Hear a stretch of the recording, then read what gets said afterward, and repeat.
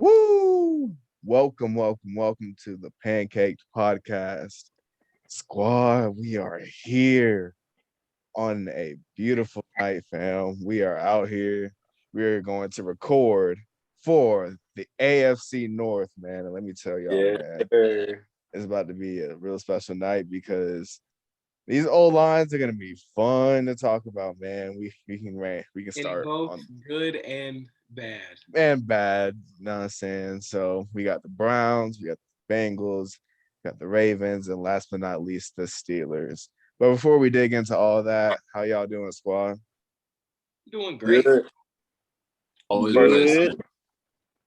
I want to say, Solid. I just want to say right quick shout out to Low Life Appeal. I got this shirt, polo shirt. Low Life is spread the low meaning to spread the lack of words. Lack of words is not a brand as much as it is a mindset that promotes a positive lifestyle.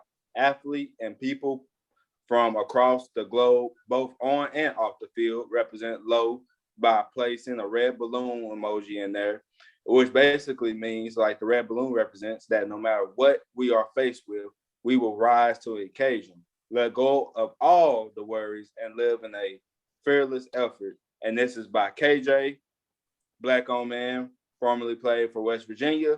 And shout out, I like the collar shirts. He got hoodies, sweatpants, all that. So make sure y'all get with him. And I'm excited to talk about the AFC North. It got my favorite coach on there, Coach T. So I get to talk about him and get to talk about the future for this season. Woo! What It's gonna be a what fun product one. placement. Yes, sir. Hey, tell That's them boys to hit supportive, us man. up. Yeah, so tell them boys to hit us up. We'll happily show love. Yes, Most sir. definitely. Ooh, okay. Any NFL news that we need to discuss before we move forward? I Ooh, know. Did we discuss I think it was Morgan Moses signing with the mhm. Jets? Yeah, that was a big Your time move. favorite. Like I That said, significant improvement this year. Now the be only there. real big question mark is at right guard. Yeah. The Jets are building kind of like, I'm not saying they're San Francisco like East, but you can see how they want to build, which is along the defensive and offensive lines, which is good for their quarterback, who, like I said in the AFC East episode, benefits from having a lot of protection. So I don't hate the move. I love it for the Jets because the best thing you can do for a rookie quarterback is get on some protection. That's true. I mean, it's another team that I think is low key getting slept on. Pittsburgh Steelers. Telling you, I know, I know. like him? I'm a Trey Turner truther, You fam. sure, man? I'm I know, Like He based I off of how know last it season Bird. just sounds ended, crazy. you sure about that? Like I know, like it looks bad. Like I really do. But Trey Turner's like one of those guys that are like slept on a little too much. In my opinion, that might be just be the Panthers truther in me. But at the same time, I mean, dude was literally like a Pro Bowler like not too long ago. Yeah, but like So outside of him and Kevin Dotson, that offensive line is I mean, really, really bad. they're pretty bad, but like two guys, all it takes is two to like take you like a little bit. I ain't saying they win in the division or anything that crazy, but it's just a little something to think about. You, this Steelers team, they confuse me, man. I Because can't believe they took a running back. no, it's not Yeah. even like I hate that. Why did you do this? I think Najee Harris is fantastic. I think he's a great running back, but he is going to die behind that offensive line. Also, shout out to Najee Harris, who he started teaming with the state of California to help in homelessness from where he's from, which Yes, is huge, sir. which is huge for Najee Harris, considering like this is like he's on his rookie contract. But Big shout out. that offensive line is real. They were bad last year, and they decided to blow it all up, but didn't make it any better. David DeCastro's released, probably going to retire due to injury. Alejandro Villanueva is now with the Ravens. He gone. Mm-hmm. I think it was Mike Pouncey. Mike Pouncey retired. Mhm. Who else is on this line? They couldn't run the ball at all. And I don't think James Conner is a terrible running back, but they couldn't get any push. No, And I mean, their receivers don't fit the scheme they had to run because of their bad protection. Their receivers are more deep threats, like James Washington, Chase Claypool, Yeah. Deontay Johnson. I think Juju Smith-Schuster had a pretty good year last year, but they led the NFL in drops. Like Deontay Johnson had like 13 drops by himself. I was just about to say Deontay Johnson, And critical person for it. they dropped so many passes at like critical moments too. I think there was a game against the Bengals where they were supposed to get a third down, keep chains moving in a close game, dropped it, had to punt, Bill scored a touchdown. You're hoping that comes with more growth because they're a young receiver group, but 21 drop passes in a season for a wide unit was like first in the league by far. And now combine that with an offensive line that has to start from square one, a new offensive coordinator, and Ben Roethlisberger is, dare I say it, Ben Roethlisberger is not good. He is cooked, man. he can't throw the ball past 20 yards. And that's why you couldn't have those receivers run deep threat. The deep threats run deep routes because the quarterback couldn't get them the ball. That's why he led the NFL in time to throw because he couldn't throw the ball very far. Okay, hear me out. They led the NFL in drops. This offense is not going to be good next year. What if like Mason Rudolph like just transforms? He can't throw either. They got Dwayne Haskins. What's he gonna do? Bro? With that offensive line, he's not doing anything. Like we seen how he played. I'm not convinced on him. I had high hopes for him in Washington, but after I saw his performance, that negative, no more. Nah, bro, no more it's all we needed to see. Hey, hold on. To be fair, bro, I jumped for Dwayne Haskins blindly. And I'm just gonna be real. I jumped for him because he's an African American quarterback. I saw the stats, and I was like, I'm rooting for you, dude.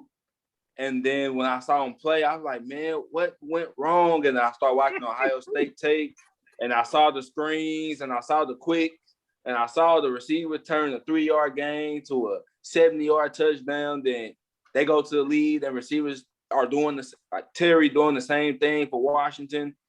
And I just had to take the L, dog. I ain't even gonna lie to you. I had to take the L. Yeah. It happens, man. But with the Steelers, to me, I think Harris fits what they're trying to do. I think Harris was the best choice for them to get. Obviously, they could have, probably getting a lineman first round. But I think in terms of if you think he's the best person for you, then go ahead and get him. That's kind of like what the Bengals did. They said, we feel like they felt like they had like the number one receiver. The Steelers felt like they had the number one running back, and they felt like they got that piece to make them go. And their rushing attack was just, it wasn't there. And so will Harris probably do better than James Conner from that line? I think he will. But at the end of the day, I don't think Ben can sit back and try to throw the ball 51 times. Because as we can see, like in the beginning, it seemed good, but it started to wear and tear on him. And we just saw he just wasn't the same. But even when they were undefeated, they weren't like exploding offensively. They weren't like destroying anybody. Yeah. Their defense was like historically great last year. They almost lost to Dallas, man. Exactly. They I was were really rooting for Dallas in that game too. great. And Garrett Gilbert. they didn't improve at any position this year, which is shocking considering how they ended their season by getting blown out at home by Cleveland. Lovely. This team might not be very good next year. Yeah, even if they do get that like hot start that they did last season, the way their offensive line is, they're not built to last. In the great words of Michael Irvin, Hall of Famer, man, we played in that cold weather. We was cold. When it gets cold, the game starts to get more physical, and they just don't have what it takes to continue with that physical style of play into like the colder months, like say Cleveland does. Hey, Abram, I have a question. What's up? Do you really think he was cold? What do you mean? Let me chill, bro. Let me chill on your boy. Which one? Okay. I understand now. Their offense, they couldn't run the ball last year. They couldn't pass protect very long last year. And then they got worse. So, like, what are we we're expecting them to, like, go from square one and try and contend for the playoffs with a new offensive coordinator coming in. Matt Canada's now the new offensive coordinator. He's bringing in a lot more motion, pre-snap and post-snap. I mean, it could help, but, like, you got to be able to block first. And, again, I don't think there's any position that they really upgraded at this year. I mean, if we go to the defensive side of the ball, they lost Mike Hilton in free agency. Now they're expecting Tremaine Edmonds and Cam Sutton to be their corners along with Joe Hayden. They lost Bud Dupree in free agency. They're banking on Alex Highsmith taking another step forward. They're banking on Devin Bush coming back from injury, being Devin Bush pre-injury.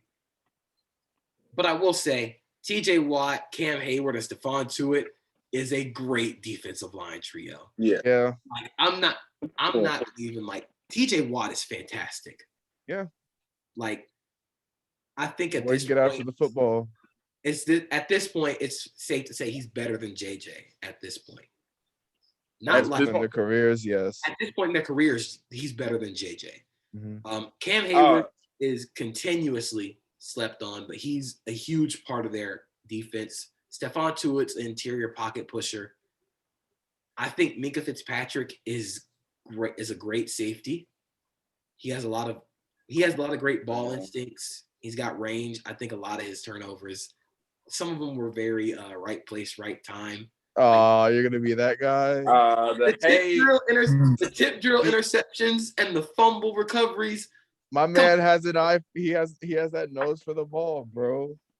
They don't say that about Honey Badger. They say Honey Badger's great for being at the right place, right leg. It's the same thing. The thing is, Okay. Tyrann Matthew plays at the line of scrimmage. Okay, that's fair.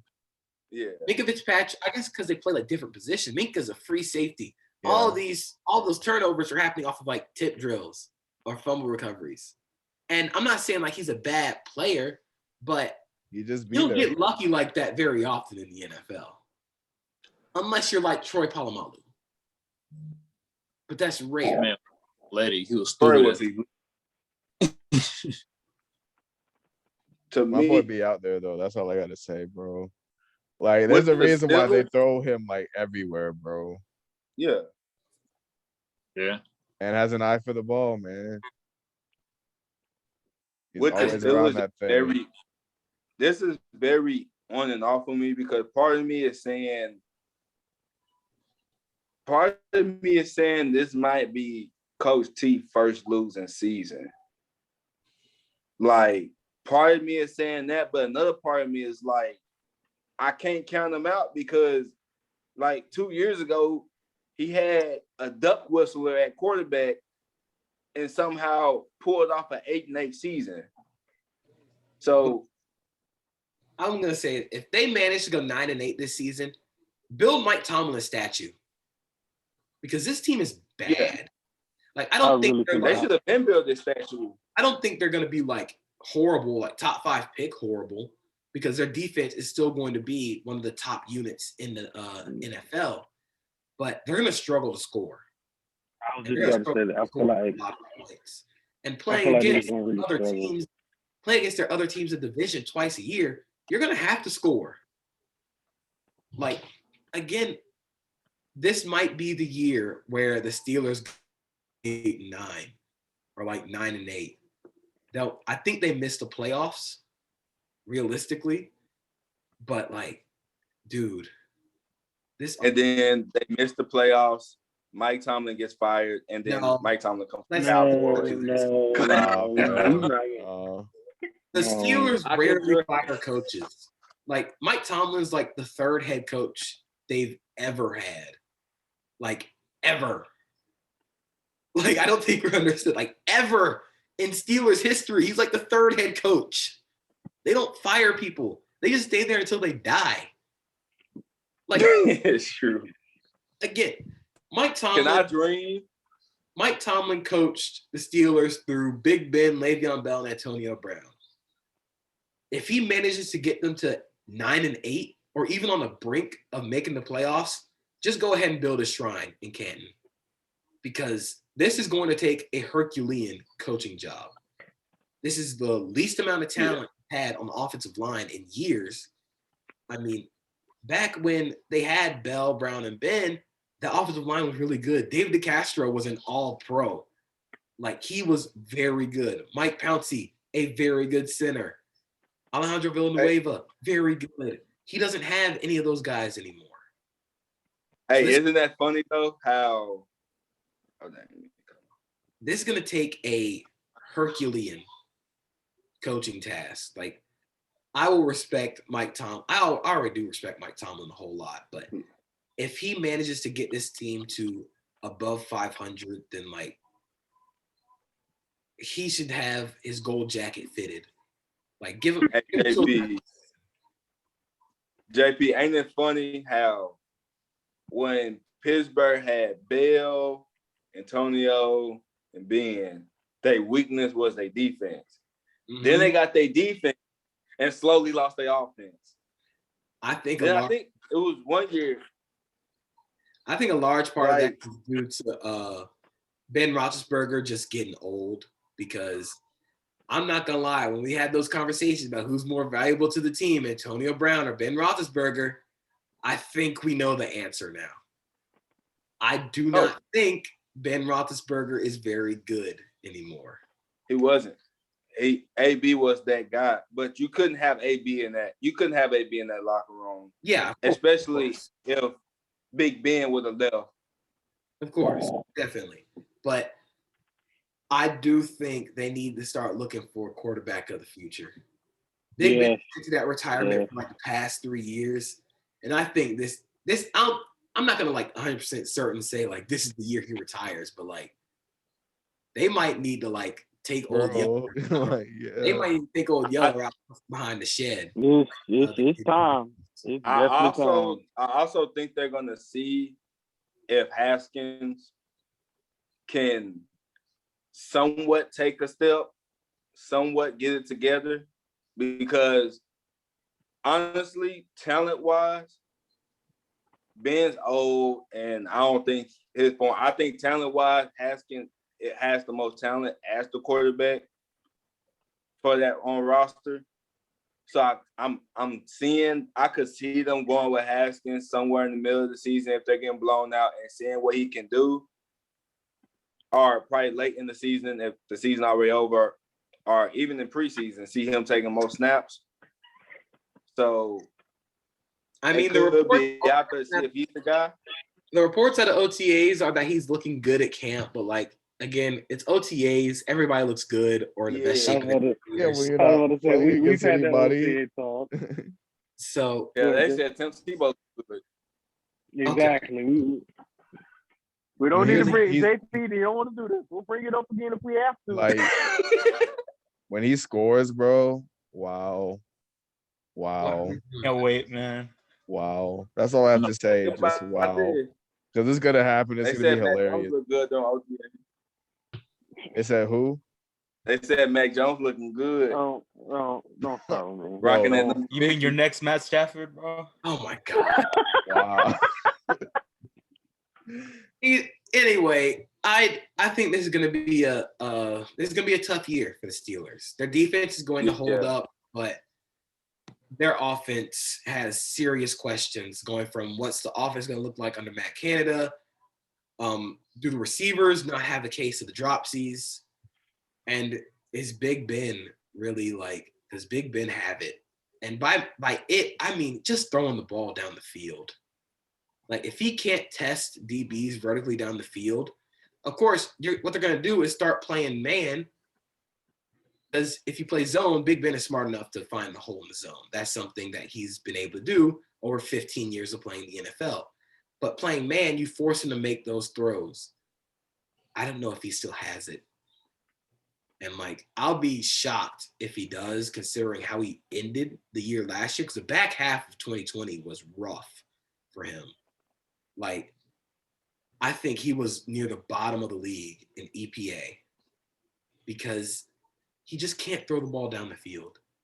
It's kind of sad, but at the same time, like, that's the NFL.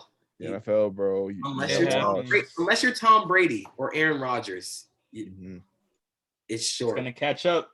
Yep. And plus, I'm waiting for the Steelers to draft a quarterback, mainly because I do want Coach Tomlin to see what he'll do with a rookie or a new quarterback. Even though we saw what he did with Doug Hodges or Mason Rudolph, I just want to see what he'll do with a future good quarterback and see how far he can take the team. I do think Najee Harris will have a pretty good year, though. They're going to use him at receiver as well. I think he's going to do what he can behind that offensive line. But it's just thinking about all starts up front.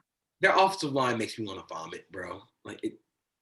They're trying, bro. They're trying. Okay, you know what? They're trying, bro. I can say this. They're not the worst offensive line in the division. You know, like, they're speaking the worst. Small victories. They're not the worst. They're not the worst. We'll get to the worst eventually. But look, they're trying with what they have, okay? They don't have much, but I mean, what can they do with what they got, bro? I mean, like, they got Trey Turner was a steal, man. But they have no depth. No, they don't. They just have to go YOLO mode. Like, if Trey Turner gets hurt, then like it's curtains. It's curtains. Yeah. I think Kendrick Green, dealing with right now. Kendrick Green is probably going to start at center, which rookie starting at center. I think we've talked about that before. Yeah. Don't want to do that, but we'll have to. We have to. You gotta do. I think Kevin Dotson is actually kind of good, maybe. But those two tackle spots. Yeah. It's gonna be rough. It's gonna be rough, bro. I'm not sorry. Yeah. I had to think about it for a second, but you're right. Because like they're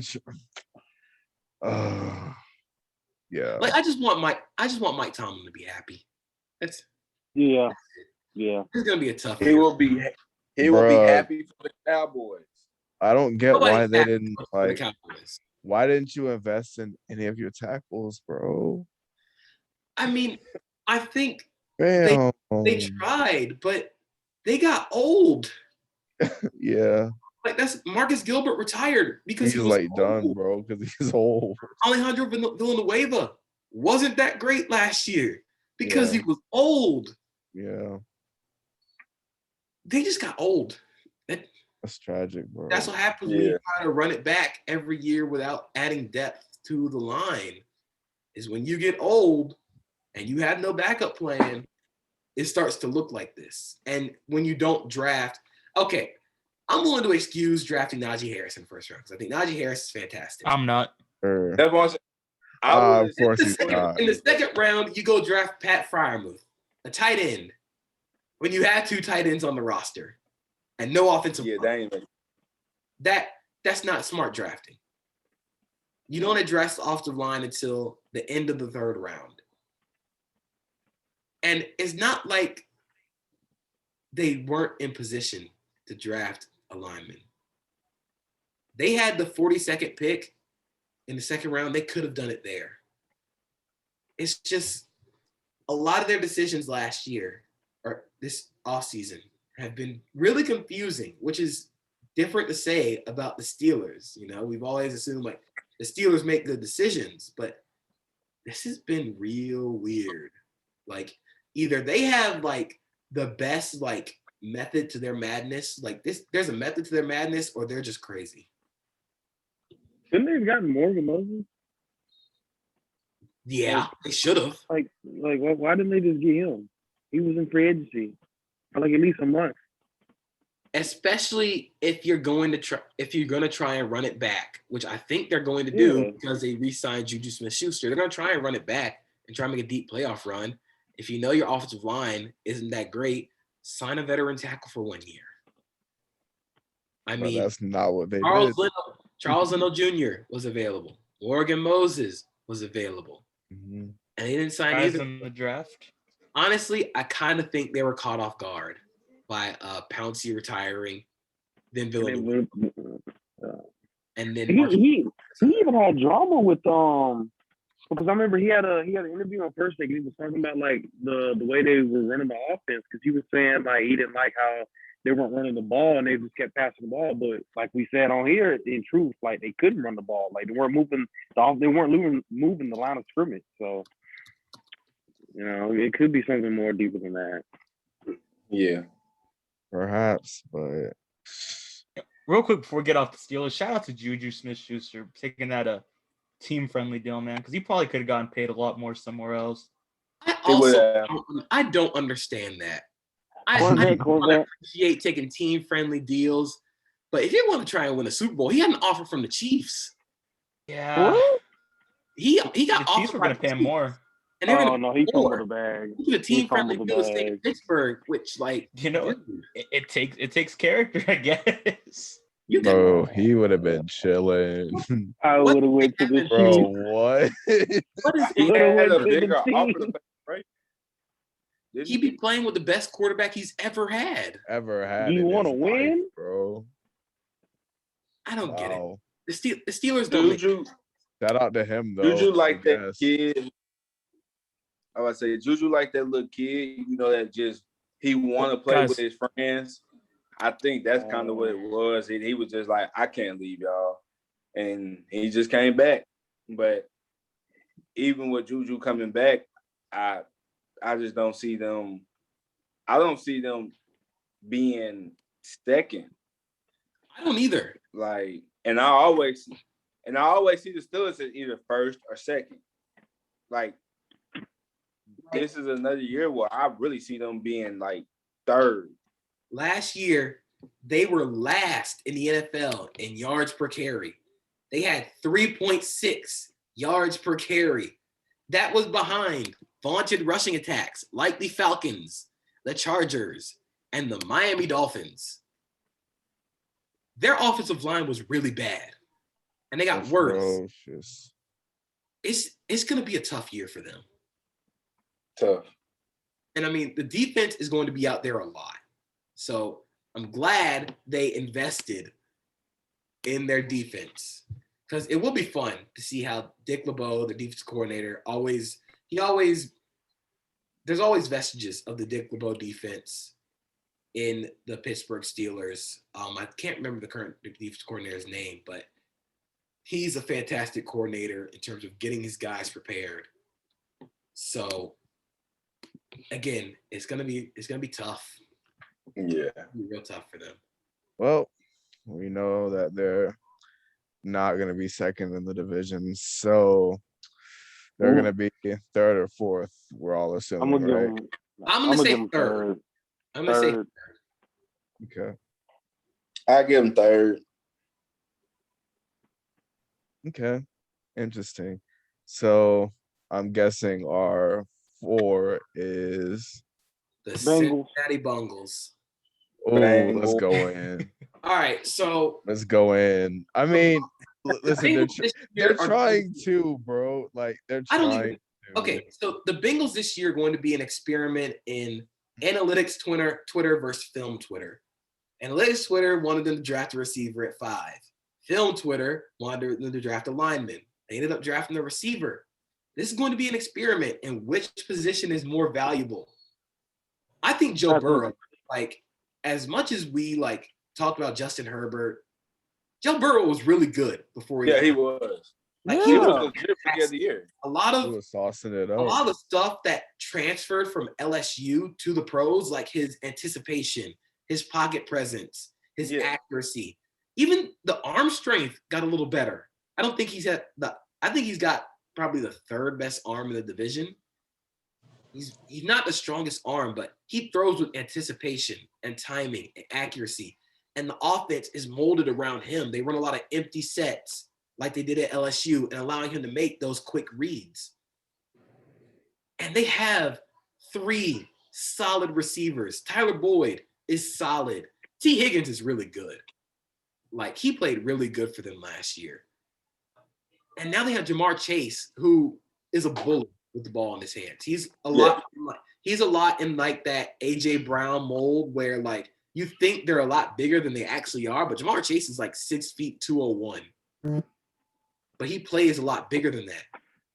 They're running. Joe Mixon is good. Like, they have the skill positions. I think they're going to play a lot of 10, 11 personnel. I think Auden Tate is another receiver you're going to have to keep your eye out on. He played at Florida State, so of course I'm going to say that. But he was huge in the red zone for them. They got all the skill positions. But their offensive line is bad. Like, it is really bad. Okay. It cost him his ACL. Yeah. Yes, it did. Like, I rarely say, like, a team is booty butt cheeks. This offensive line is booty butt cheeks. Yeah. Like, it is bad, bro. Hey, yo. Like, I think Jonah Williams is a good pass blocker. He's got some improvement to do in the run game. Xavier Suafilo, Trey Hopkins, Jackson, who wasn't even the best guard on the board. Wasn't even the best guard on the bro. And then Riley Reif. I think Riley Reif's gonna play fine at right tackle. He can play guard too, but like he's gonna be fine at right tackle. Yeah. But behind them, if Jonah Williams gets hurt, you have Isaiah Prince, Deontay Smith, and Hakeem Adeniji and Fred Johnson. Behind Jackson Carman is Quentin Spain and football Michael Jordan. Behind Trey Hopkins is Billy Price. They have no depth, and they don't have the top end talent on this offensive line. So basically what you're saying is them young boys ain't going to put in that work? No. I think Jonah Williams will be a good pass blocker. He's got some improvement, like I said, improvement doing the run game. But what are they doing, man? Everybody wanted to draft Penei Sewell. They should have drafted Penei Sewell. And the biggest detriment, like that, the argument against drafting Penei Sewell was, well, you got Riley Reif and Jonah Williams at tackle already. Riley Reif is stopping you from drafting Penei Sewell. Like, isn't that crazy? Well, Jonah Williams is stopping drafting Penei Sewell. What are we doing here? Here's my thing with the draft thing. To me, I felt like the Bengals, when they looked at the board, they said, okay, we can get a number one tackle, we can get a starting on tackle, or we can get a number one receiver. I think they said long term, Ja'Marr Chase is our number one receiver, and we're going to get him, and then we're going to try to fix the offensive line. That's what I feel like they're giving. Like I said, to me, Chase was the best receiver in that draft. And I feel like the Bengals did not want to pass that up. But this wide receiver class was so deep where you could have gotten a receiver like Terrace Marshall or a De'Ami Brown. They definitely could have. And the receiver group wasn't a weakness. The receiver group wasn't even bad. It wasn't that, but they're not. Exactly. But here's the thing. It's like they're not Chase. It's kind of like, with the Cowboys like last year, and they were like, oh, you could have got Justin Jefferson. You could have got these other receivers or the one the Eagles picked. But it's like, we think this is our guy. We're going to choose the best player to us over the need. And I feel like the Bengals said Chase is going to be that number one receiver, and then we're going to get our offensive line. And he can't get the ball. The biggest problem with that is Joe Burrow has to have time to throw. Yeah. In order for Jamar Chase to be effective, he has to be thrown the ball. If he can't get the ball, Jamar ain't getting. If Joe Burrow is on the ground, he might be launched again this year, fam. Like, ain't no might. It'll probably happen again. I watched Xavier Suafilo play a lot 2018 with Dallas, and some people were like caping for him to start for some reason. But like in reality, all he has going for him is that he has size, I guess. Then that's not even really like a big thing. He was playing next to Travis Frederick and Tyron Smith. Like, Yeah, gonna that look kind not of helps. that Yeah. bad. Yeah. He's My bad thing- on his own. But yeah, my thing is, like, I know we say, okay, you can get any receiver, but I think in some cases you don't want to miss it. You don't want to miss who you feel is your guy, and then that guy come back and bite you. Which we know the offensive line is bad, and I really do get that. But I believe, just looking at it from a standpoint, they're just saying, we wanted Chase.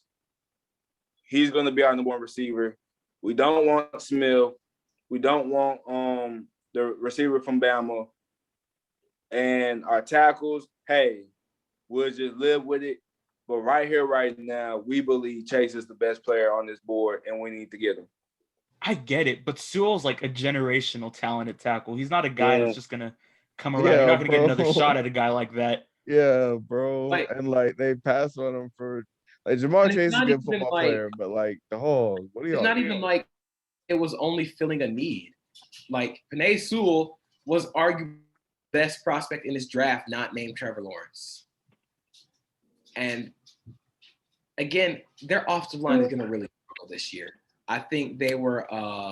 Let me check my notes. I think they were like. They were 6th in sacks allowed last year, which is actually surprising because I thought they'd be in the top 4 or top 3. But they couldn't get any push in the run game. They couldn't pass protect. And really, outside of adding Carmen and Reef, what did you do to improve that? Yeah. And we haven't even talked about the defense yet, which, oh boy. It's gonna be a fun ride, bro. So they LOL. let Carl Lawson walk in free agency and replace him with Trey Hendrickson. I think a lot of Trey Hendrickson's sacks last year were coverage. Yeah. My boy froze, but I already know that a lot of his sacks were covered sacks. Yeah. Oh man. You got Sam Hubbard on the other side. I mean, I guess. And you have Cameron Sample. Can y'all boys still hear me? Yeah, I can hear Yeah, you. I can hear you. Just making sure we have good. DJ Reader, Larry Ogunjobi, yeah, Mike Daniels, I guess. Like, Not even.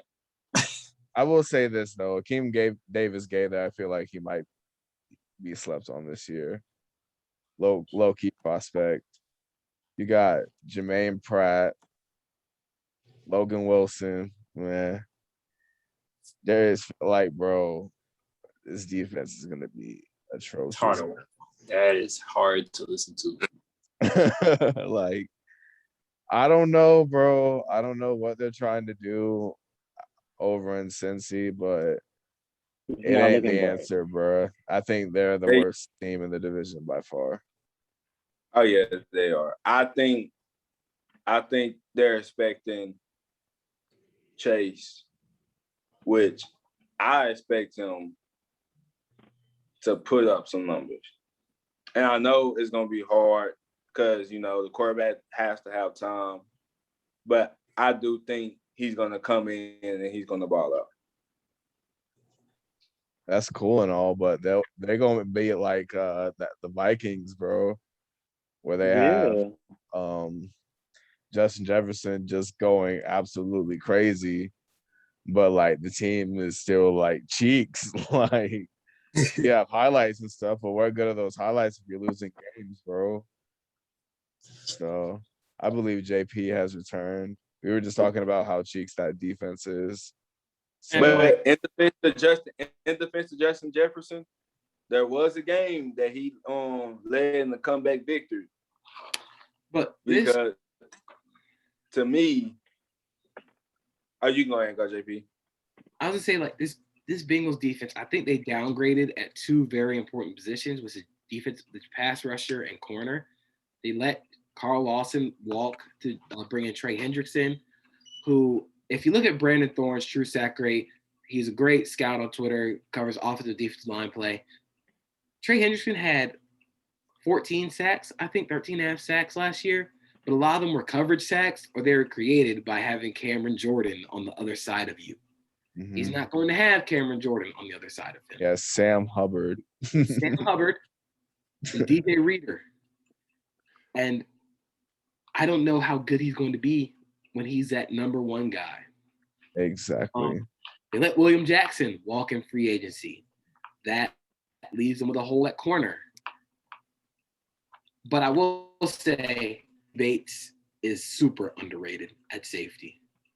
Like, he's one of the best center fielders in the NFL. Okay. But he doesn't get a lot of burn because he plays for Bengals, and it's easy to avoid a safety. But their defense, I'm looking at this. Their linebacker I was group was about really to bad say- last year.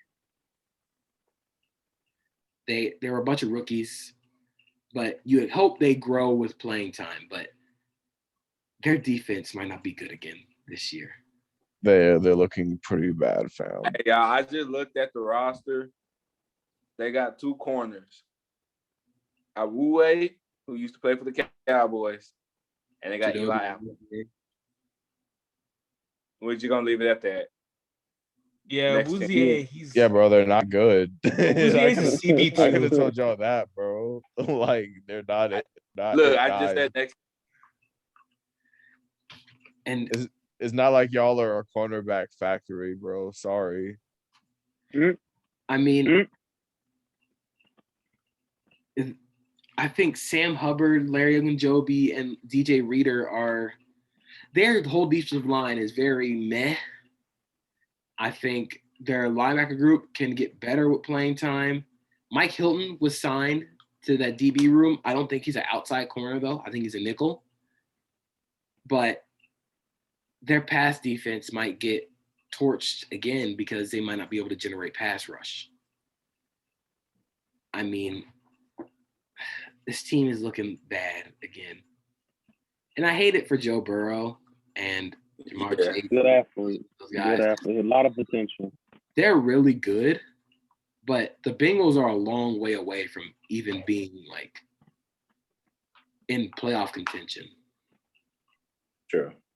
Like, they're a good ways away. Like, they might win 5 games this year. So they're gonna get another top 5 pick. Probably. Wow. to. Yeah, they need to. They need to get though. all the top 5 picks they can get. That I'll team go- is I say devoid. top 10. I don't think they'll go top. I want Bo, a little Bo. I think they go outside the top 5. I think that team is devoid of talent defensively. So they might end up top 5 again. Yeah, bro. Like, you listen to me read off those names, bro. Like, sorry. Nah, bro. That's not gonna get done, bro. I mean, there's nowhere to go but up. maybe a 5-win team.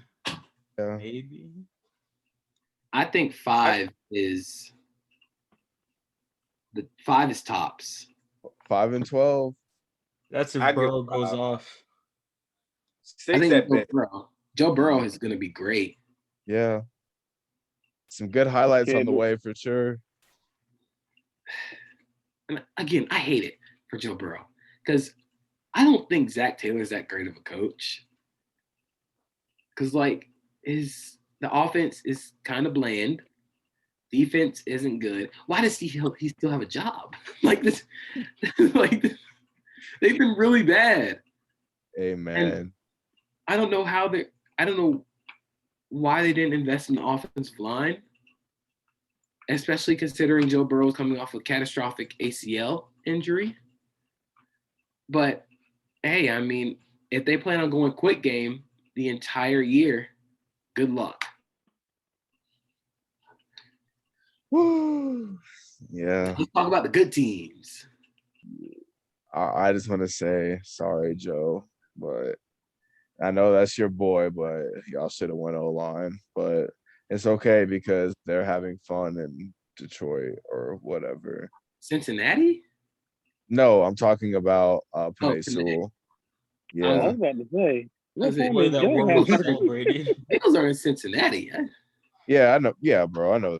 Come on now. I was talking about Panay Sewell and how they passed on him I'm because just making sure. Just making sure. That was a test. That war room reaction was hilarious. It was great. I think it was awesome. Yeah. oh well, guess we'll see where they go next. But ooh, they're gonna be trash. Sorry, Bengals fans.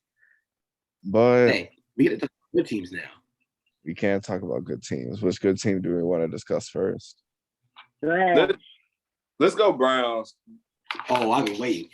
Brownie I boys. don't have faith in Baker Mayfield. That's the thing, bro. Like That's you fair. say Super Bowl contender, I think, huh? So I Baker's think they're Baker's legitimate. gonna give Mahomes problems. All right. I think they are legitimate Super Bowl contenders Right. because there is no significant hole on that roster. I think Baker Mayfield was a top 15 quarterback last year. Outside the pocket, he was really good. Kevin Stefanski turned that scheme into something that would play into Baker Mayfield's strengths, which are throwing outside the pocket. He's very good throwing off platform. And that offensive line is the best in football. I'm sorry. They have the best offensive line in football. Damn good. I'll give you I that mean, one. we can go to their first five. Jedrick Wills, who I think didn't get enough attention. He played fantastic for them. Joel Bitonio, really good.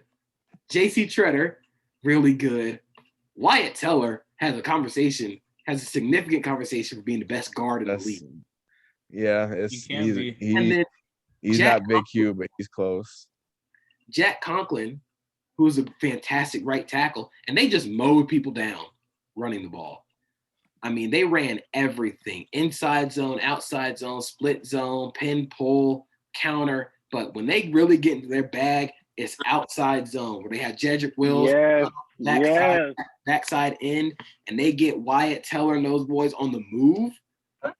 Dude, it is hilarious to watch. That game against the Steelers in the playoffs, watching that back was hilarious because Wyatt Teller was just mowing people down.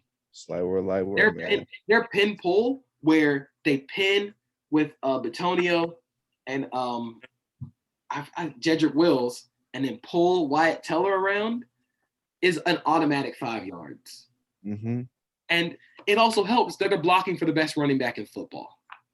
I'm willing to have this discussion right now. Nick Chubb, hot take, the best running back in football.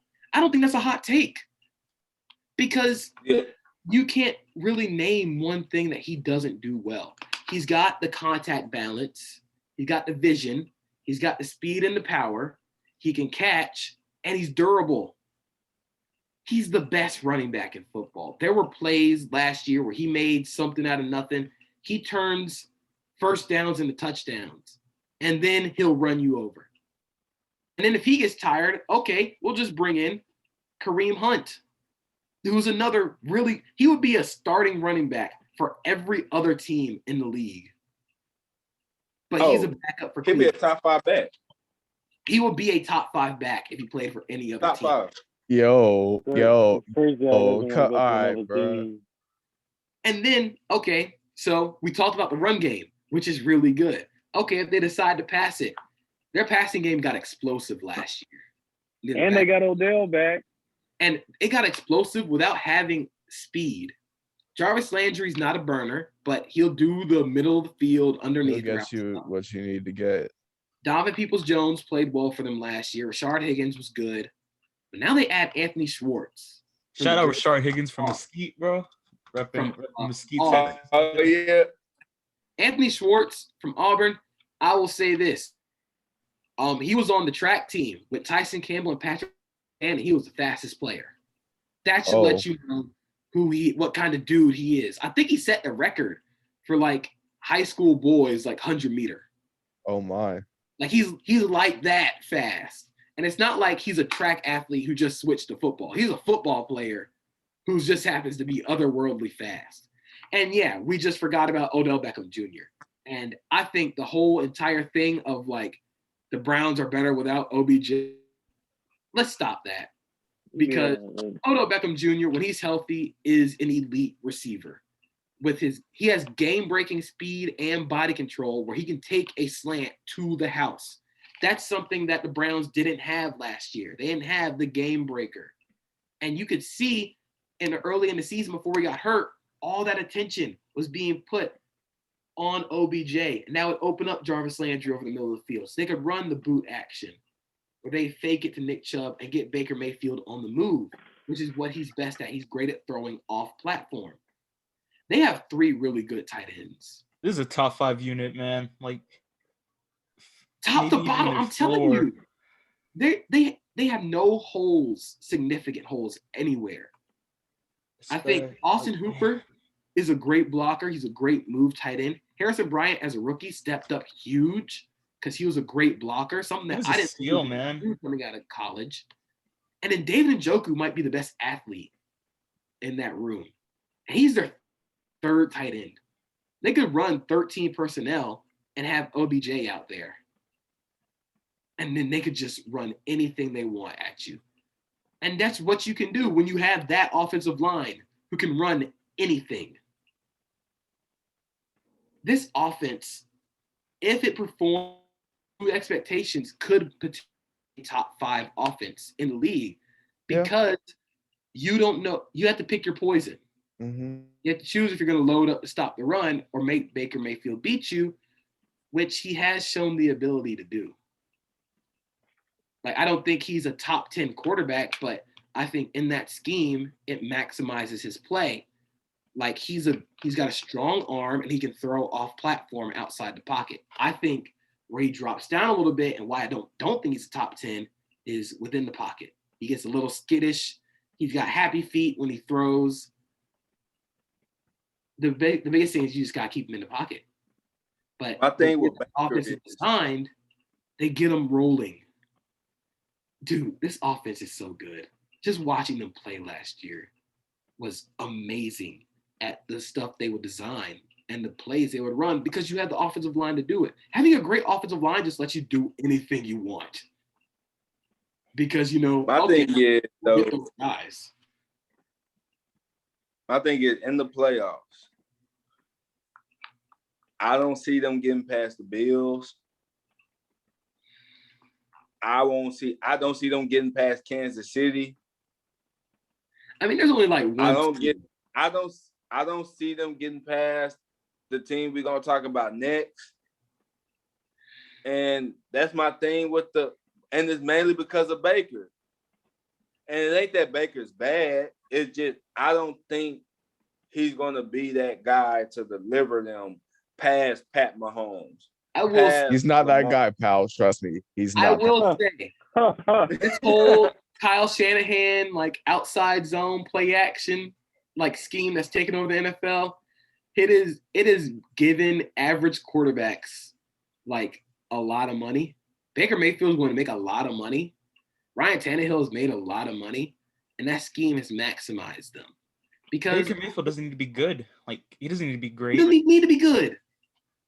We've been saying that for weeks. You ain't got to be great. You just got to be good. Got to be average. And you know what's crazy? You know what I love about the Browns? Is the fact they got 2 running backs. It's really hard to name 5 other running backs better than them 2, like separately. And they're fullbacks. Put them together. That's the best duo in football. And they have a good fullback, too. Andy Janovich is good. Oh, they have Janovich? Yes. Oh, nice. They will run the ball at you.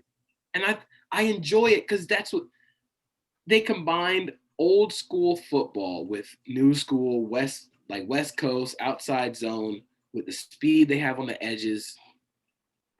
You have to pick your poison. I think this offense can be a legit top 5 team. I think outside of Kansas City, they could possibly be the next team up. I guess the biggest thing is we got to see it from Baker again, which is the exact same thing I said about Josh Allen. But I think what Baker has that Josh Allen doesn't is the Browns' defense might be real good. Exactly. Okay, so let's look at it, bro. Myles Garrett is absurd. Top 3. Bro, that's a dog. Absurd. Like, there is no reason someone who's 6'5", 275 should be able to move like he does. But he does. They be working boys, and it's Seen his art. basketball highlights. I think the reason he's not one is because he's not as consistent against the run. But against the pass, I think it was against Dallas where he hit somebody with like a double chop. Where I'm just like, dude, what are you supposed to do? And then the next play he bull rushed. Like, he has every move in the book combined with speed and power. And then, oh, you want to try and double him? We'll just have Jadeveon Clowney. Go sign Jadeveon Clowney. And what Cleveland liked to do last year, they would like to run a lot of stunts and twists. So they'll have Myles Garrett in a 3-point stance or 4-point stance. And then they'll crash him to the B gap and they'll loop everybody else around.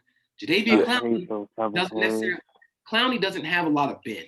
That's always been the thing. He does not have bend. He can't bend the corner. But if you have him going in a straight line, he is fearsome. I think he can do that really well. And he's also really good against the run. Then, I agree. Okay, they have a hole at defensive tackle. Sheldon Richardson, a good pocket pusher, pass rusher. Their defensive line is really solid. I think their DB group has a chance to be like super versatile. It went from being one of their weaknesses last year and not being able to defend the pass to being a strength, because now they have Denzel Ward, who's one of the best young corners in the league. They have Greedy Williams, who played right sparingly. Grant Delpit didn't even play last year. He's going to be a really good safety. Ronnie Harrison played well for them after being traded. So what do? They go and grab Troy Hill and John Johnson. So now you can kind of see what the plan is. They're going to run a lot of zone. They're going to be versatile. You can have 3 safeties on the field in Delpit, Harrison, and John Johnson. You can play 3 DBs with Troy Hill, Denzel Ward, and Greedy Williams. It allows them that ability to just throw those guys out, go play football. Watching Denzel Ward play. Go ahead. Watching him play, man. I was just commenting on Denzel Ward playing man. Like, he is as best as he get as it comes to the new generation coming up, dude. Like, I enjoyed playing. I really loved that pick when they got Denzel Ward, because I was like, okay, Browns got a dog. I could see how many wins do we see the Browns getting? Because I'm thinking between 10 to 12.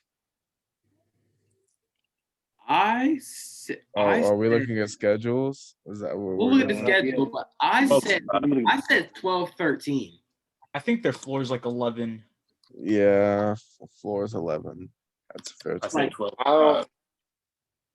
Again, they're really good. It's a good ball. That's a good ball team, bro. They're gonna be one of the top seeds in the AFC. Yeah, bro. Like, I'm not gonna sit up here and cap, bro. It's a good football team. Yeah. Week 1, they're at Kansas City. That's probably a loss. Or they could steal it. I mean, they're at home against Houston. Oh, that's a fat dub. They're at home against Chicago. That's a dub. They're at home. They're going to Minnesota. Dub. That's a dub. They're at the Chargers. Herbert might ball out, bro. Toss up. That's a win. Don't be surprised and upset. Then they're at home against the Cardinals. That's a dub, bro. What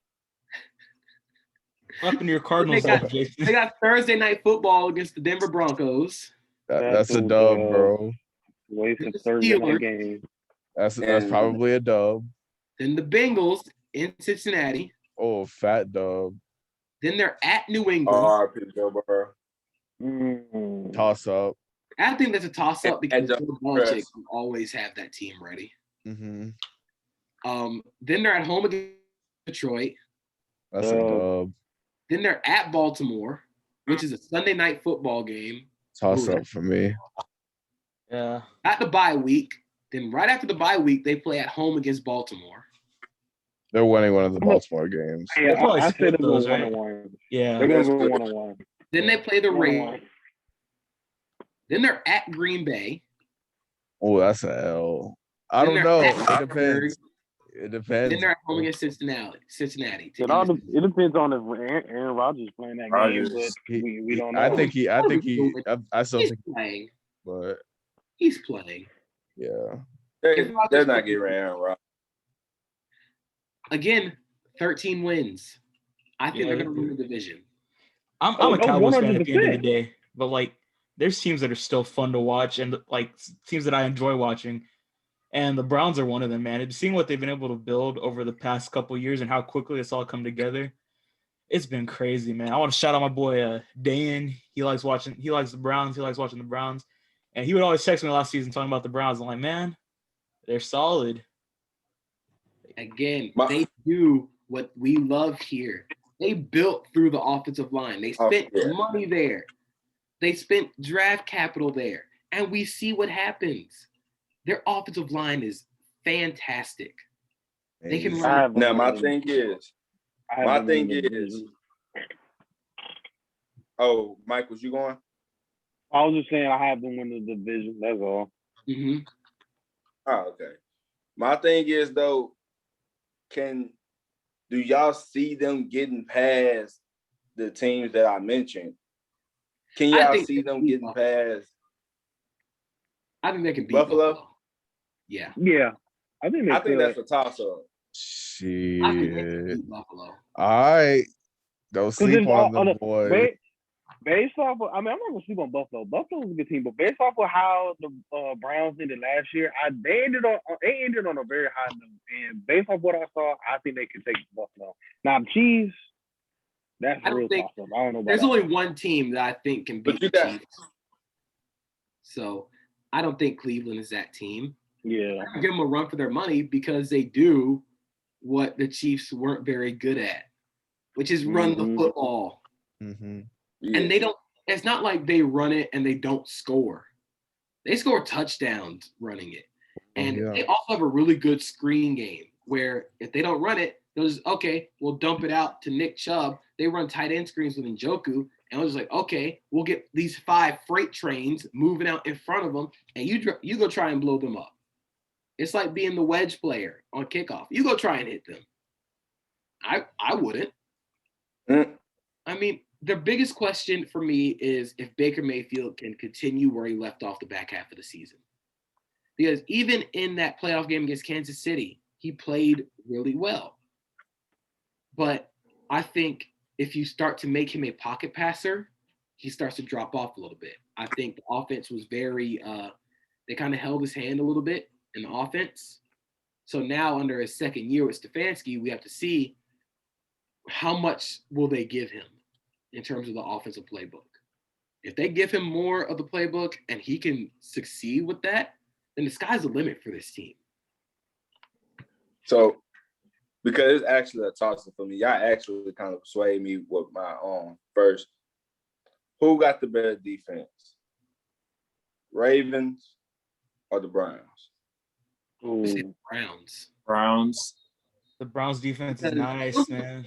We're going to get to it, but something about the Ravens defense kind of scared me off from them winning the division. I don't know, man. But both these teams are really good. Yeah. Exactly. Can't believe the Browns got Owusu Koromoro. Dude. He's perfect for what they have to do.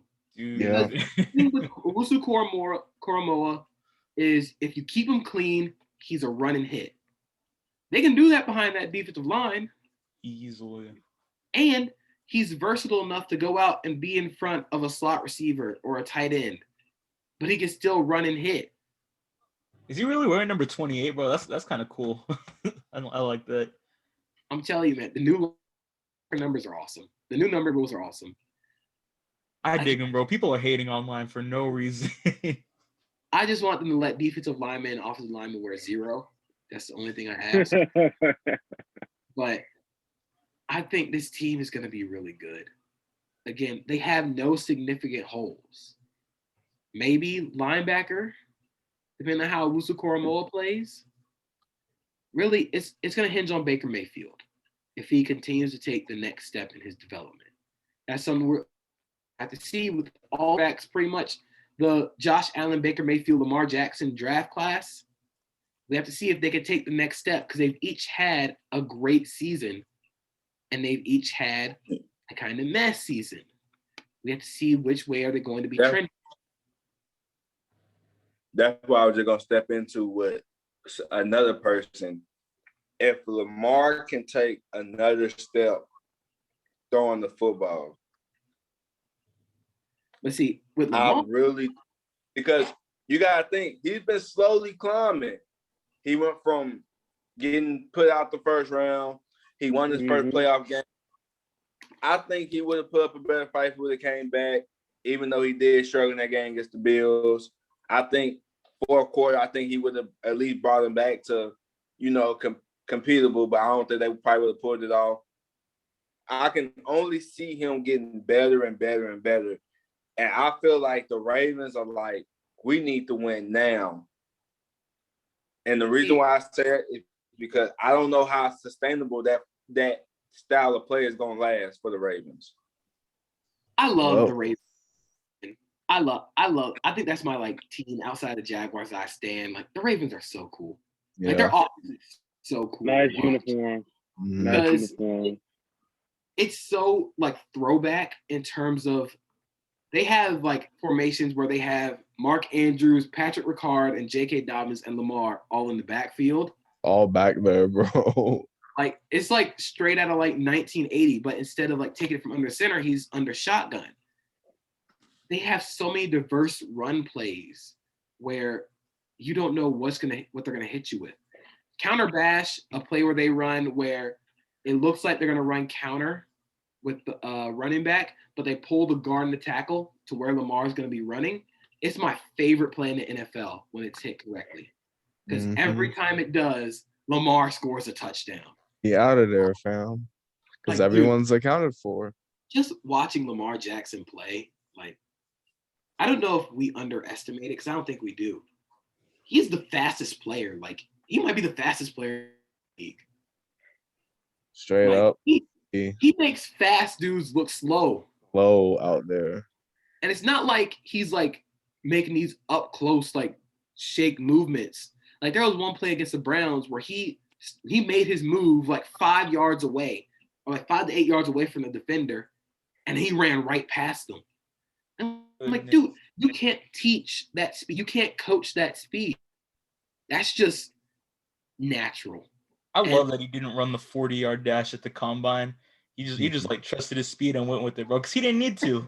I do too. Yeah, they knew. I kind of wish he ran the 40 so I could just see how fast he is. Because now all I'm doing now is just guessing. Dude, he's fast again. He's fast. He makes the fast guys look slow. And where I think his accuracy percentage his completion percentage went down this year, but I think he improved in terms of throwing the ball over the middle of the field. I think that's where he's always been his best at. His touch and accuracy to those middle parts of the field are really good for someone who they consider to be a running back.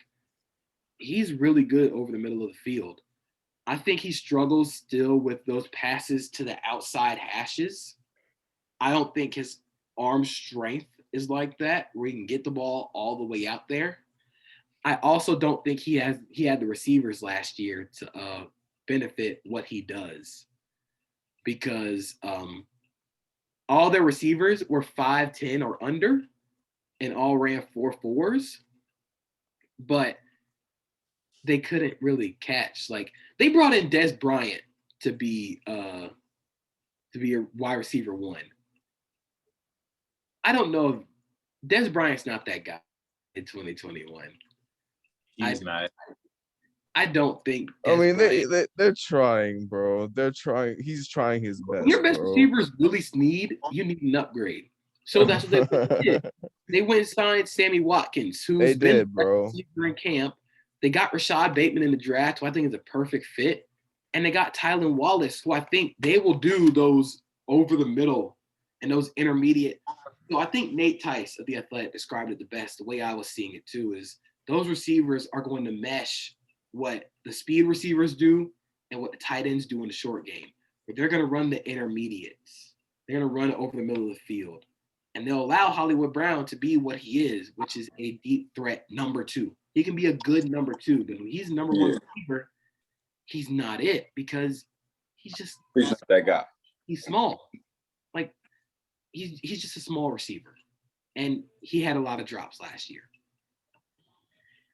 I think their offense He's not that guy. They're going to be hurt by losing Orlando Brown Jr. I don't think there's any team that wouldn't be hurt by losing Orlando Brown Jr. Slept on, But bro. they went and signed Kevin Zeitler in free agency, who's going to be a monster at guard for them. They drafted Ben Cleveland, who's going to be a monster at guard for them. They still have Ronnie Stanley, who, like, before he got hurt, was still Ronnie Stanley. Facts. Signed Alejandro Villanueva, which, again, I don't know. Let's just see, bro. Let's see what's up. Let's see. But I'm excited to see what their run game does without Orlando Brown, because what he would do, he would be the pull guy. And he'd be the counter guy on those counter bash plays. It's hard to get in front of Orlando Brown. Like I'm still pretty sure it's hard to get around Ronnie Stanley. But I think Ronnie Stanley's a great pass protector. So it'll be fun to see how their run game develops. This offense, again, is going to be one of the most fun in the league. But I do think Greg Roman, the offensive coordinator, needs to, like, wake up a little bit with his play calling. Like, it's either run play, short screen, or deep pass. There's no intermediate working over the field. There's nothing that suits Lamar Jackson. It looked bad at times because he was just trying to force it.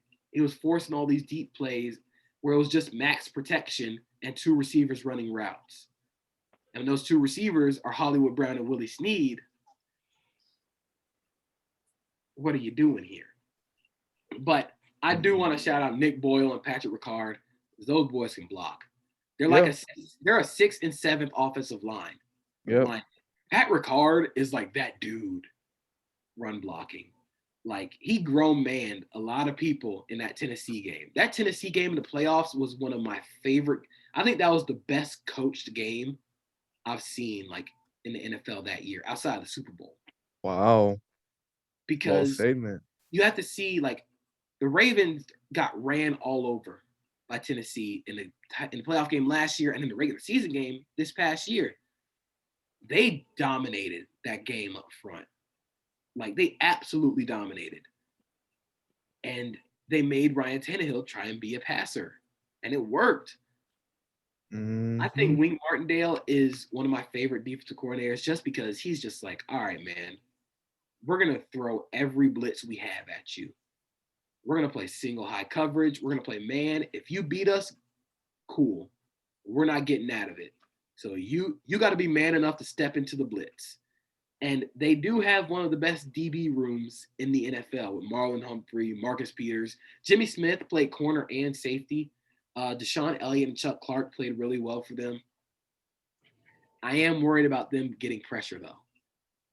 I think they were number 1 in the NFL in blitz rate, but they were in the bottom half of the league when it came to sacks, and they were only average when getting pressure. The pressure rate. So that means they were blitzing, but they weren't getting pressure and they weren't getting home. Which means more time for the quarterback to cook. You can't blitz and not get home or get pressure. Mm-hmm. Because that gives the quarterback, like you said, time to throw, and you're already losing some guys in coverage. And as much as I love Marcus Peters and Marlon Humphrey and Jimmy Smith, they cannot guard people forever. Losing Matt Judon in free agency and Jihad Ward is going to hurt. They replaced him with Odafe Owe, who I don't think he's ready as a pass rusher one-on-one yet. But I think on manufactured pressures, he can get there because, dude, there are not a lot of people 6'5", 250 who run 4.3s. There's not a lot of people like that. And he just so happens to be one of those people. Yeah. I'm just really worried about them being able to get pressure. I don't know if they can do it, which is why I don't think they're going to win the division. I think they'll make the playoffs. I think they'll be like the first wild card. Yeah. But I worry about them being able to get pressure because if they can't get pressure with their blitzes, It's gonna be a long day. You got a point, man, because front seven ain't really like nothing that scares me like at all. Like Calais Campbell's still good, kind of. I'll double him easy. I will say this about the Ravens. I will say I'm thinking about it like this. I don't have them win the division, but I do think they'll get far. I do think they'll probably be in the conference championship. I do got them in there. They probably won't win the division. I don't think they win the division. I think my prediction, they will get out to a slow start, and I think they'll pick it up. And if they pick it up where they gain momentum, then they keep that ball rolling, they're going to be hard to beat. I don't know, man. I think they're going to be the first wild card. I think if they match up with a team, if they play a team from the AFC South in the first round of the playoffs in the wild card game, they're going to win. I think whoever they play in that first wild card game, I think they'll win if it's from the AFC South. Okay. And I think if it's like the Dolphins or the Chargers, I think they'll win that game. I agree. I really do worry against teams like Cleveland, against Buffalo, against Kansas City. If you cannot get pressure with those blitzes, you are going to hurt that team. You're going to hurt your team. And also, I think the reason why I say the Bills and the Chiefs more than the Browns, because the Bills and the Chiefs, in my opinion, they can score quick. And the last thing you want the Ravens team to do is get into a scoring fest. Because if they get into one of those with them offenses, I don't think Lamar's going to be ready for that. Honestly, I think, go ahead. like I seen this one game. I remember Kansas City. I think Mahomes put up 2 quick touchdowns. And if I remember, I don't try to remember the game, and it's like that was the game Lamar struggled in. Kansas City rolled out over them because they got out early, and they never looked back. Bills, you can say was the same way. I'm kind of scared if they fall behind to a team like the Bills or a Chiefs who can score quick, and they try to get into these shootouts. I don't like their chances. I don't think they can win it. I don't think they're a team that's built to play from behind, especially right now, especially last year, because they had no receiving threats. I think they're a little closer now that they have like actual number one receivers. But I don't think Greg Roman is that great of a play caller when he's calling plays while he's losing. I think he goes away from the run game way too quickly. And I think the Ravens run game is explosive enough where you can keep running the ball. Yeah, I was about to say the crazy thing is they got 2 decent running backs. Like they showed last season. Gus Edwards is really good. Yeah. I think J.K. Dobbins is really good.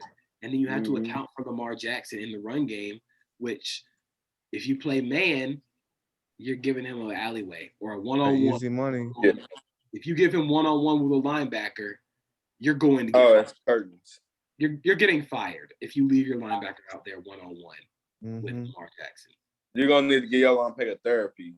Shoot, if you give a DB a one-on-one with Lamar Jackson, just go ahead and turn in your stuff. Pack your bags. It's not football coaching is not for you. You have to play zone. You have to try and mix up the coverages and pray that Lamar Jackson doesn't see it.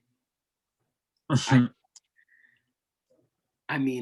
think the blueprint for Lamar, I think the blueprint for the Ravens, teams are going to say, jump out. It's kind of like the same thing with the Browns, in my opinion, is jump out to an early lead and make their quarterback beat you with their arm. Try to limit the run game as much as possible. To be fair, Lamar isn't a bad passer. I think he's a great passer, honestly. It's just I think the play calling doesn't suit him where he goes straight away from the run game and they try to throw all these deep outs when you don't have the receiver and your quarterback. That's not his biggest strength. I think his biggest strengths are working over the middle. He can throw the deep overs and a deep post. He's really good at that. And I think he does have a good like go route ball, but I think they get away from it too quickly.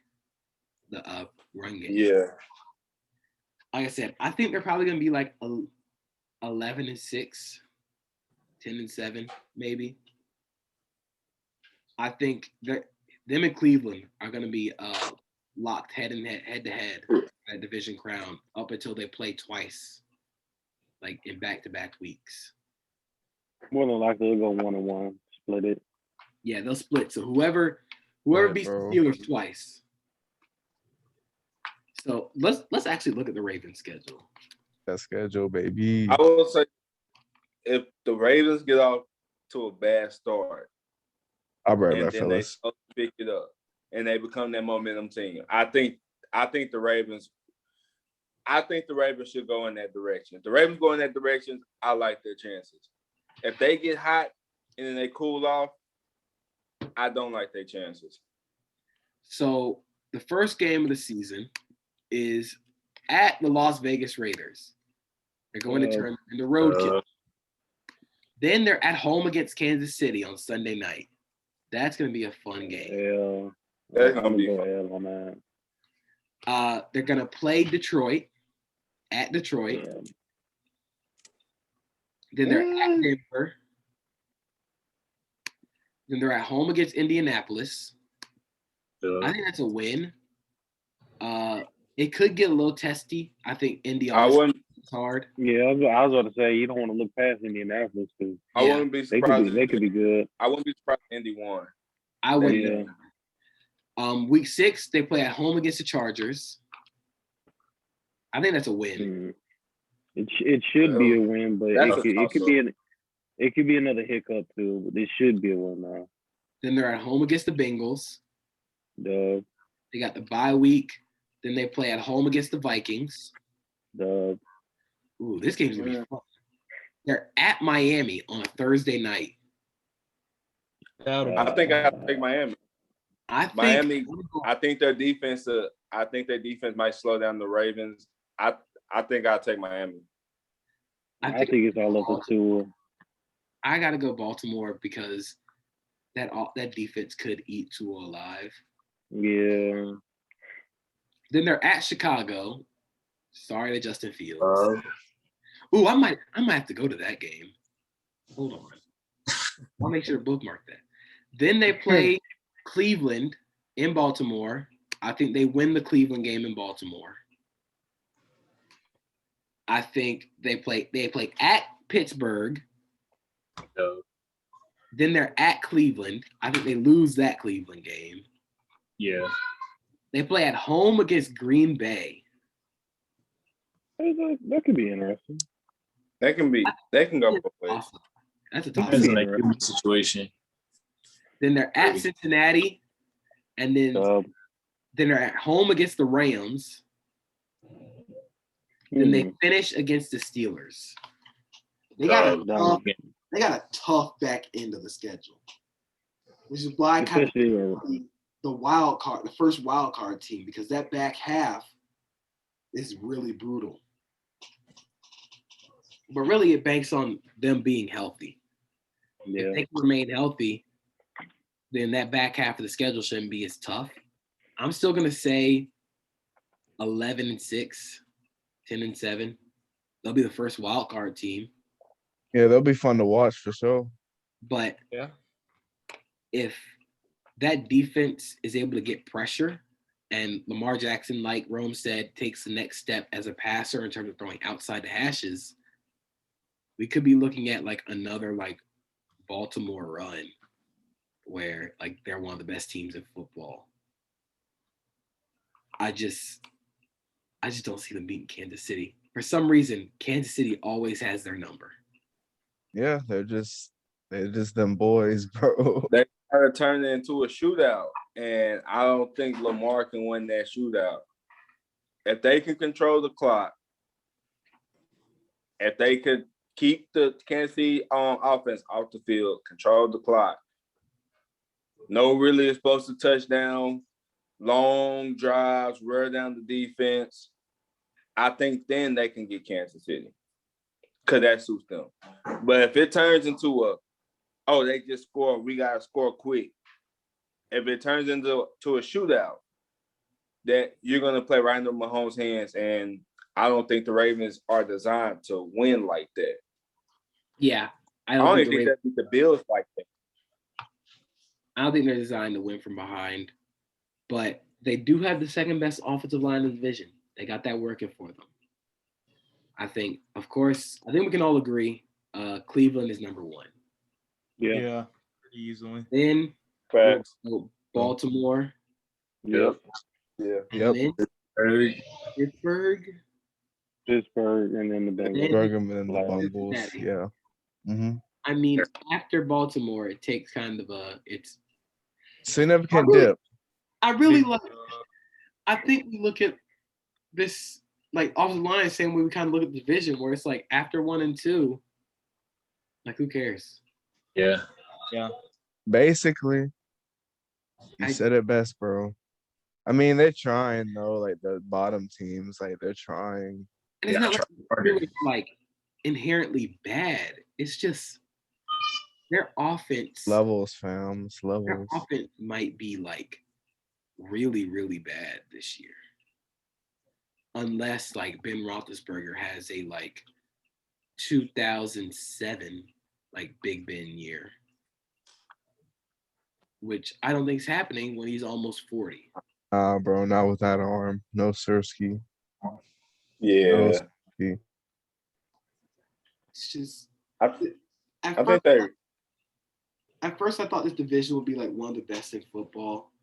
Then the Steelers went and like did what the Steelers did, and I'm just like, dang, why? Like this could have been like one of the best divisions in football, but then the Steelers went and like messed it up. Mm-hmm. So now here we are. We can't count. I'm not counting them out. I'm just like they'll probably go 9-8. Yeah. Maybe 8-9. I don't think they win. I think if this is the year, they don't get double-digit wins. No. Yeah. I think this is the year that Mike Tomlin may have his first losing season. It's pretty plausible. It is like, I mean, now with 17 games, there's no 8-8. Yeah. So you either go 9-8 or 8-9. And it's the fact that the Browns are completely better. The Ravens are who they are. I think I think the Ravens are in that form of we need to win now, because I really don't know how long that style of play can last with Lamar. And then so I think they're going to be in the win now. This is our year. And then the Bengals can beat the Steelers. That's not just like that's very possible. The Bengals can beat the Steelers. So it's like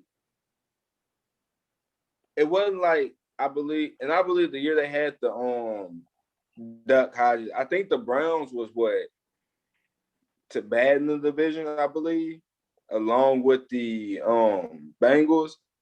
Until now, the Browns are better and the Ravens are better. And the only thing we got to really hang our hats on is Coach Tomlin is going to have them ready to play hard, and they're going to win games. They arguably have the best coach in the division.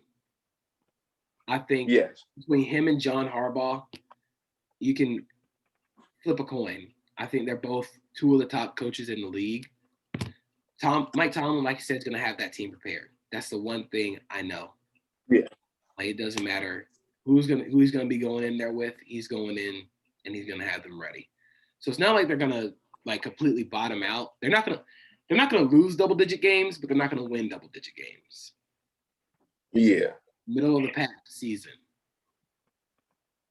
But like I said, That good man. the Browns and the Ravens. They go 8-1. You know, The Browns and the Ravens are going to be fighting for the division the entire season. It's going to come down to those two games. Yeah, I think the Browns will take it, bro. I really do. I do too. I think they're legitimate. They're too solid everywhere. They're legitimate Super Bowl contenders. I'll give it to them. Pat's still gonna give them that work, but I mean, they're gonna fight though. I mean, At least they're gonna fight. They're not gonna go outside. There's only one team that I think can like legitimately like beat the Chiefs. Who is that? The Buccaneers. Oh, you know that. I mean, they literally like did it. yeah, they They did it. signed 22 of their players back. And like, I don't think they got everybody. Mm-hmm. Like everybody. But that doesn't guarantee the comeback for the Bucks or the Chiefs. Like, I still got faith in A-Rod. You know, I'm riding on Aaron Rodgers, man. I would not be surprised if they pull up that upset. It's just because in the NFL, you really never know. It's not every day. It's not every year we see the best team. It's the Tampa Bay can one day not show up and lose to a team who just wanted it more. Again, I just think Tampa's too good. Like everywhere. They have no holes. Like they're the one they're the one team where you can like legitimately say they have no holes. And true. Probably stopping them is injury or old age. And that hasn't proven to stop them already. That's a good thing. Like, who, and even from the AFC, like, who can really beat the Chiefs in Tampa? I think Cleveland's that next team. I think it's Cleveland, then Buffalo, then Baltimore. I'm definitely rocking with Buffalo. Buffalo's on the uprising, to be honest. I think it's Cleveland, Baltimore, Buffalo, not in that order, but excuse me. After those three teams, I mean, maybe the Titans. If the Titans catch you on a good day for their offense. Oh, bro. I mean, Can't think of anyone right. I could say the Ravens. I got faith in the Ravens, but it's all based on if the Ravens can control the clock, then they have a chance. But if the Chiefs get turned into a shootout, then you got me. But if they do that with any team, no team beating them. Yeah. I guess that's like the problem. If there's one player from like each team that I'm kind of looking like forward to seeing like if they have a breakout year, I think for the Steelers, I'm gonna go with Devin Bush. I feel like this is gonna be the year where he breaks into that upper tier of linebackers. Okay. He's so fast and like he flies around with his hair on fire at linebacker. He really allows that front to play as reckless as they can because he embodies that as well. So I think Devin Bush is going to have a huge year. For the Ravens, I'm excited for Rashad Bateman. That was my best like prospect to team fit since the draft process started. He's such a smooth route runner. Yes, sir. And he does all the short to intermediate stuff where I think Lamar's going to benefit a ton from him. And he's going to benefit from Lamar. I think Cincinnati, I'm going to go Auden Tate just because I think he's going to be huge in the red zone. And then for the Browns, I think it's Anthony Schwartz because, dude, I'm telling you, he can fly. Yeah. Look, Jason, you've seen him play because Auburn's played Georgia.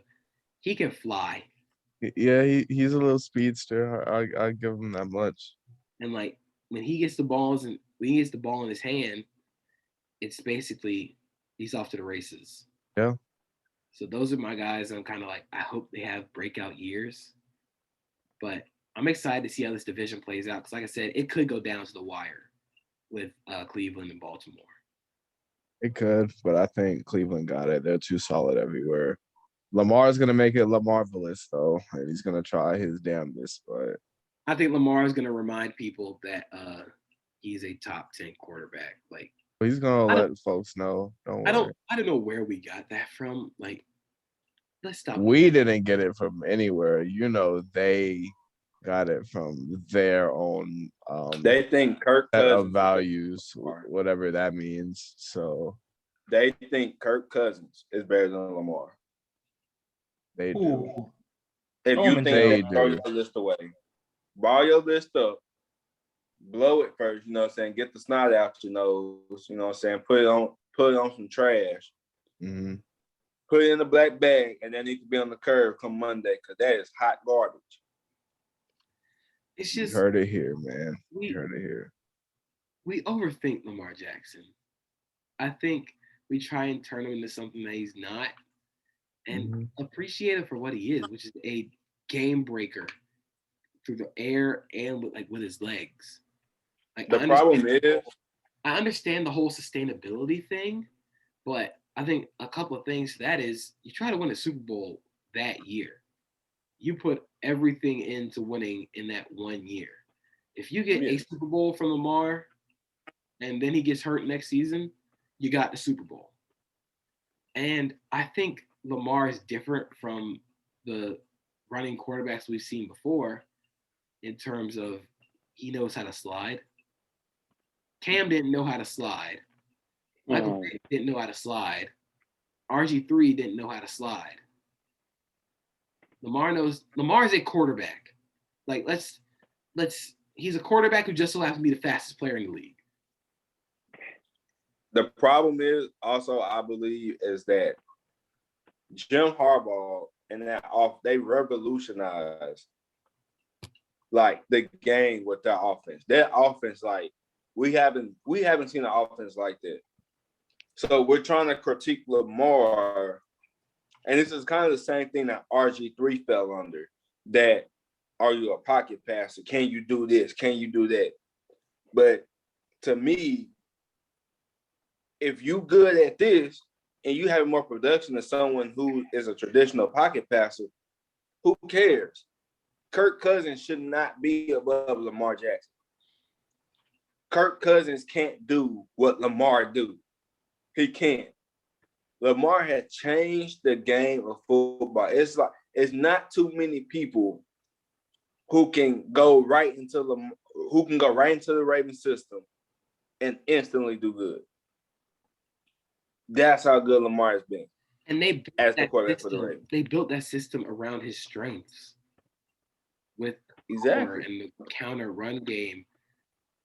And I think they can do it even better by just adding in some plays over the middle. Give him some double dig. Give him some dagger routes. Allow him to use the play action to move the linebackers up and then just throw into that window. They're honestly a number one receiver away. And I think they got that. But I just don't know if it was enough to beat Cleveland, which is crazy. But then think about what we value at Pancakes was his O-line, and it makes perfect sense. Makes perfect sense. Watching them, like going back through film, watching them play for this podcast, I just found myself like laughing. Because like they bully is bruh.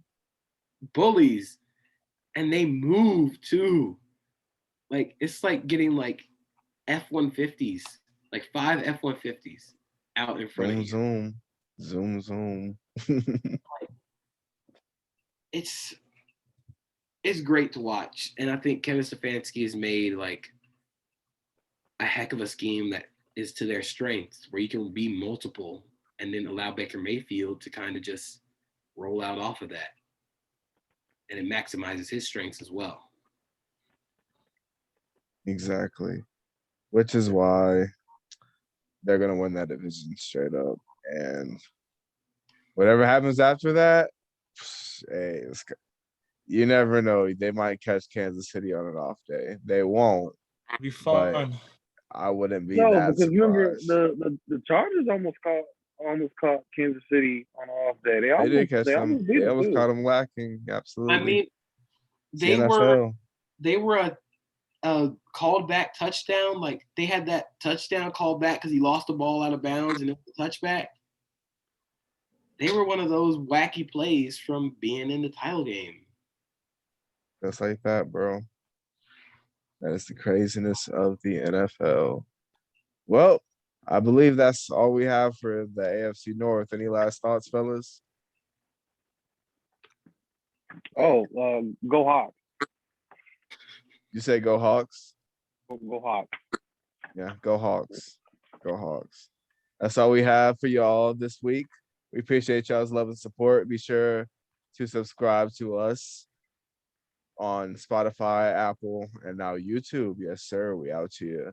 Much love Yes, to our sir. supporters, and we will see y'all on the next Flapjack Friday.